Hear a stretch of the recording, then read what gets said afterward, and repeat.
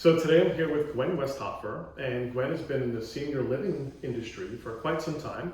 So thank you for joining me today. You're welcome. It's my pleasure. I know a lot of people out there have questions about senior living. What does that look like? How should they prepare for it? I don't know if you're ever really prepared for it. But tell me a little bit about you, your background, and your experience. Sure. So I gleaned organically almost everything I know from being in the industry. And that's from assisted living, memory care. I work closely with the memory care in Denver, Alzheimer's Association, and then I started a Parkinson's support group. Wow. And it was very rewarding. It was enlightening. So I jumped into the senior living world, and I mainly officed out of my car because I was the person who was in the hospitals, the rehabs. I was with the families, with the clinical liaison, determining where is mom or dad going to go from the rehab. Right. Are they going home, or are they going to go to assisted living? So assisted living varies from state to state. Not many people know that. It's not universal. It's regs and rules of the state, and it can be quite different. So if you and I were going to plan an assisted living, if we were going to build one, we'd want to learn what those regs and rules are so that we could actually go above that to raise the bar, okay? And people often think that a nurse is there to take their temperature and guide them along if they have a cold. That's not it. A nurse is there. That sounds more like a hospital or a rehab center. So the nurse is there to oversee the medications and also to do assessments. So what I would like to talk about with you, Bill, today is when I came back from Scottsdale in 2014, I saw there was a void in senior living. And this is from working with the same company for 8 years, which is a pretty good track record. Yeah, sure. And so in that 8 years, I followed families, I followed them to the rehab, I brought them home from rehab, just followed their care. I watched people move in who didn't need care at all. And so what I started to notice were the people who didn't need care, who had nowhere else to go when they sold their home and they were transitioning. Instead of buying a smaller house or a condo, they wanted to move there for the social aspect. Programming is quite different. Okay. And so I want to speak to that too. Programming is very important. When people say, what do you mean by programming? Yeah. I'm talking about things to do, things to like try, things to learn. Like sure. They keep you active in your mind. Yeah, it's lifelong learning. Sure. It's going to lecture series. It's going to a theater, a play. Yeah. It's really continuing what you're doing in your own life, whatever that may be. Or would like to do in your own life, but just can't physically anymore. Right. So having it all under one umbrella is probably really attractive. So maybe we have a resident who used to paint, and they put the paintbrush down because they had 3 little kids to raise, right? Sure. That's a lot. So it's picking up what you used to do, learning new things. It's a learn, do, and try. Okay. And it's pursuing those things that you have a passion and a commitment for, and maybe didn't have the time or the luxury of time to do those things. So I want to talk about successful aging, and there is such a thing as successful aging. So what I gleaned organically when I said, where's the place where people go when they don't need assisted living? Where do they go when they want to be nurtured? Because we all need to be nurtured our whole lives. That doesn't stop when we age. Yeah. And what I learned was there was no place here in town for that. It's changing, it's evolving. And in town you mean Scottsdale? Scottsdale, right. Okay. So coming back here in 2014, I was my mother's advocate for 17 years. Okay. Wow. And I was looking for that special place for her. And I learned that there was no special place for her because everything was a licensed medical community. And that's another thing I would like to speak to. People don't realize that there are different models of assisted living. You have the integrated model, and you have the social model. So that's another story for another day. And there's also different rehabs too. You can have a rehab hospital or the typical rehab where you go for 30 days. There's a difference there too. I would imagine anybody who is looking to make this decision, looking for those next steps, understanding that maybe, being in the home on their own is not the best situation for themselves, as hard as that is to come to that realization. But they don't recognize maybe, that there's such a varying degree of facilities that are available. different places, different housing, and different types of experiences that you can have. So I'm curious, Gwen, what would you suggest somebody do to kind of seek that out, learn about that? Like, what kind of path should somebody like that look for? I would find an advocate, someone who's very transparent, Right. and someone who can navigate that with you and for you. And that person is going to learn about what your likes are, what your interests are, or what your parents or your loved ones are, what's important to them. That's what you want to learn first of all. What is important? What are they doing now? What's their daily activity like? What are they doing from day to day?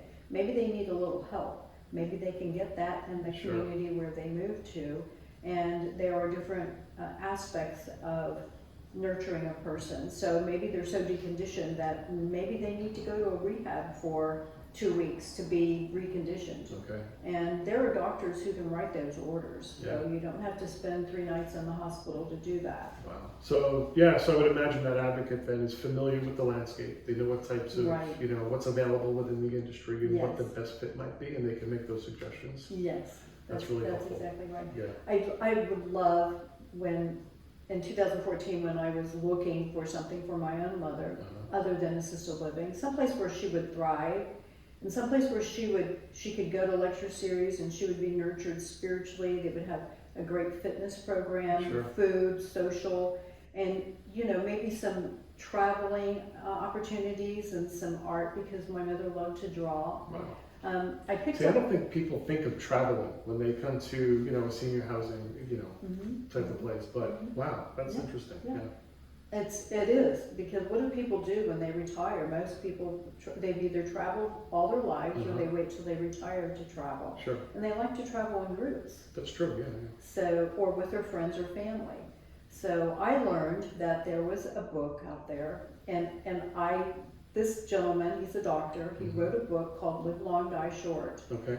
And what I gleaned organically, he wrote in a book through gathering data and research. And the bottom line is, if you don't, the takeaway is, if you don't need assisted living, don't move to assisted living. Okay. You'll shrink to the least common denominator. You need to be challenged every day. You need to have a purpose, something to look forward to. And so encompassing what feeds our soul, mind, body, spirit, is lifelong learning, fitness, good food, social, all the things I mentioned before. Yeah, sure. So in his book, there's an excerpt, and I'd like to share that with you. Yeah, please do. 70% of how we age physically is due to our lifestyle choices. 50% of how we age mentally is due to our lifestyle choices.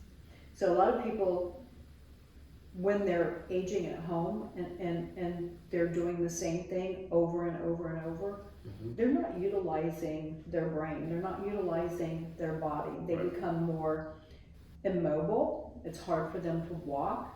They're doing the same repetition every day, all day long, and maybe eating boxed food, not healthy food. Sure. Yeah, well, cooking gets harder and all those daily activities get a little bit harder. It is. Right? They're lonely. And what I also gleaned when I watched this, being with the same company for 8 years, is people who moved in who didn't need assisted living, they were the ones that shrunk like violets. Wow. They pulled back. It was insidious. They didn't know they were depressed. And so they pulled back socially, mentally, physically, in every possible way. Interesting. And so it was depressing. And for those people who lost a loved one or a spouse before moving in, you're looking at a very stoic age group there. People who, they don't share their feelings, they don't share their grief, they hold it all inside. And so it's really doubling down on depression. Yeah, and I watched that happen. I was delighted when I found out about Dr. Landry's book.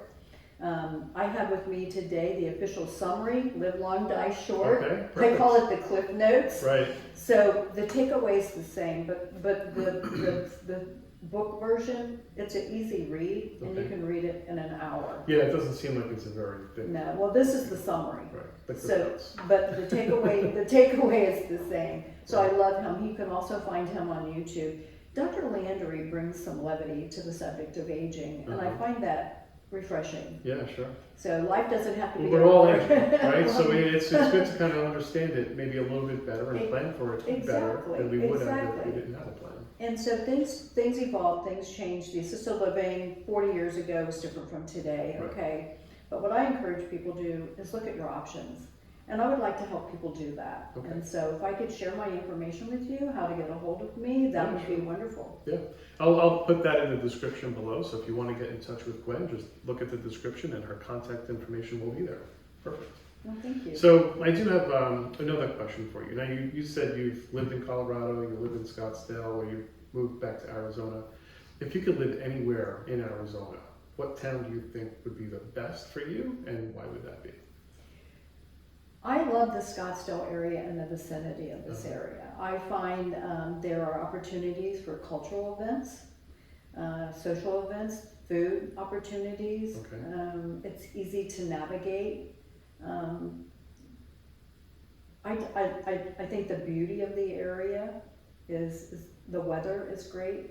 I just love the Scottsdale and surrounding areas. Sure. Cave Creek, carefree, Yeah. really, really pretty, really nice. Yeah, it's funny. I think a lot of people don't realize how large Scottsdale is Mhm. geographically. Mhm. You know, and it's just myself coming from the East Coast and exploring Scottsdale over the years, and being in the real estate business, you really get to understand that, you know, even from a lifestyle perspective, as you kind of described, it varies from one part of Scottsdale to another, and from one community to another, it can be very different based on what it is you're looking for. Almost similar. Like if you were looking for a senior housing community, something that you felt would be a good fit for you, you'd probably want to take a look at a few of those, understand your lifestyle, and see what's going to be the best for you, right? I find in Scottsdale it's very similar. You know, you might not want to be in a condo. You might want a single family home. You might want a gated community or a non-gated community. It's true. Some areas have HOAs, some areas don't have HOAs, you know? Most areas have HOAs these That's days. true, too. But, you know, to your point, the lifestyle is amazing, and we kind of discussed this a little bit too, but Scottsdale is, you know, looking to formally become a blue zone. It's where people live longer, happier, and healthier lives. And, you know, the sunshine, the weather is a big part of that because it allows us to be active, Exactly. right? But then the food, you know, there's generally healthy living, you know, here for the most part. You can still eat, you know, a cheeseburger from McDonald's if you really wanted to.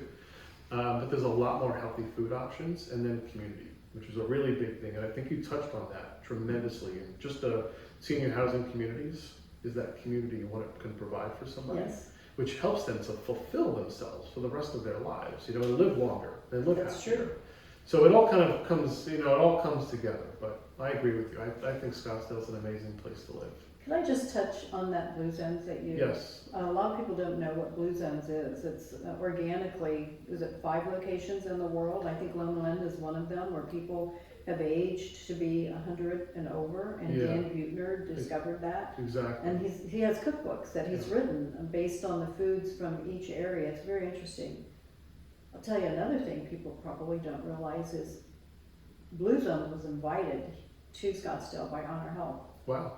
Yeah, And- they're one of the lead companies taking this. Honor Health, Cigna, Mm-hmm. and Goodwill support That's correct. the Blue Yes. Zones, and they have brick and mortar in Old Town. Right. There's a farmers market that they host there. There's so many activities. You could keep yourself busy for a month Right. following the wonderful Blue Zone events in the city of Scottsdale. It's tremendous. Yeah, I love it. You're absolutely right. And if you want to look that up, you can go to. It's called the Blue Zones, the BlueZoneProject.org. Yes. Or the Scottsdale BlueZoneProject.org. I'll put that in the Yes. description Yes. too. But I've done a video on that before too. So yeah, so it's really fascinating, and I think it's awesome because my wife and I, we'd seen this documentary on Netflix about Blue Zones, Yes. which was really cool. And Very cool. there's a place, I think it's Sardinia, Italy. Yes, Sardinia. It's Peru, you know, Yes. so different places throughout the world. Japan. is Yes, Greece, and then Loma Linda. There's one in the United States. one. Right. So we're working now, the city of Scottsdale is working to become a Blue Zone. Yeah, that's awesome. Yeah. Cool. Well, I really enjoyed our conversation, Gwen. Oh, thank you, Bill. It's And, been and my hopefully pleasure. people do reach out to you as a resource because love I to think help. your experience, your knowledge about everything within the senior housing community could be wonderful for anyone. I would love to help. That's my passion. It's a testimony to my mother and to honor her, and Right. so I try to treat people like family. Well, you have a personal connection. I You do. know, I think anytime somebody goes through something like that where it's so close to home, Like, that's your motivation. You didn't get into this for the money. You're not looking to fill seats in a housing facility, you know? Just being like a leasing manager, if you will. You know, you're actually looking to care for people and give them the best life possible. It's I about think them that's and awesome. making it's a huge choice, and I would like to help them make the best choice, the right choice the first time. Yeah, sure. Awesome. Well, thank you, Gwen. My pleasure. Really Thank